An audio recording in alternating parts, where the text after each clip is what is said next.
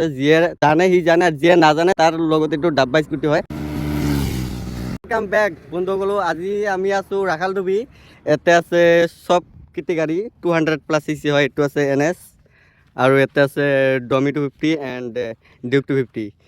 এইবিলাক স্পৰ্টছ বাইকৰ মাজত আপুনি এটা চাব পাৰে, মোৰ ডাব্বা স্কুটিখন আছে। যিয়ে জানে সি জানে, আৰু যিয়ে নাজানে তাৰ লগত এইটো ডাব্বা স্কুটি হয়। বাট এইটো ডাব্বা স্কুটি নহয়, যি জানে সি জানে। ইয়াৰ মাজত এইটো স্কুটি আছে।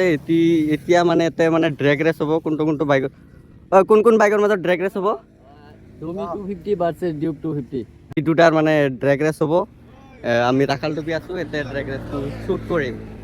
মই স্কুটিখন লৈ মই আগত যাই আছোঁ, বিকজ য'তে মানে ৰেচখন এণ্ড হ'ব সেইটোৰ শ্বুট মানে মই ল'ম। আৰু ইয়াতে আছে NS 200 আছে, এইটো মানে ইয়াৰ পৰা টেক অফ শ্বুটখন ল'ব। তো গাইজ মই আগত যাওঁ, যাতে মানে ৰেচখন এণ্ড হ'ব। তো ব'লক আৰম্ভ কৰোঁ।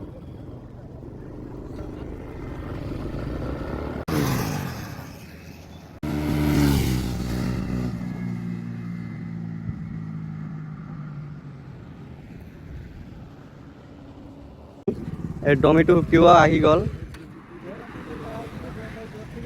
মানে শ্বুটখন অলপৰ কাৰণে মানে মিছ হোৱা নাই।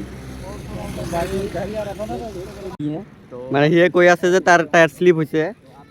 इसका टायर और इसके टायर में कितना डिफरेंस है?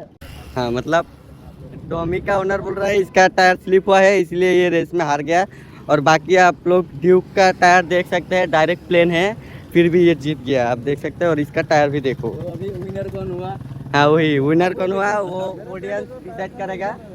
अभी इसके बाहर तो इसलिए तो विनर हो गया। हाँ, रिटर्न सेम जगहতে আহিলোঁ, আৰু ডমিটো ক'ত পাই গ'ল নাজানো। তো ব্লগটো ইয়াতে এণ্ড কৰোঁ। Bye bye.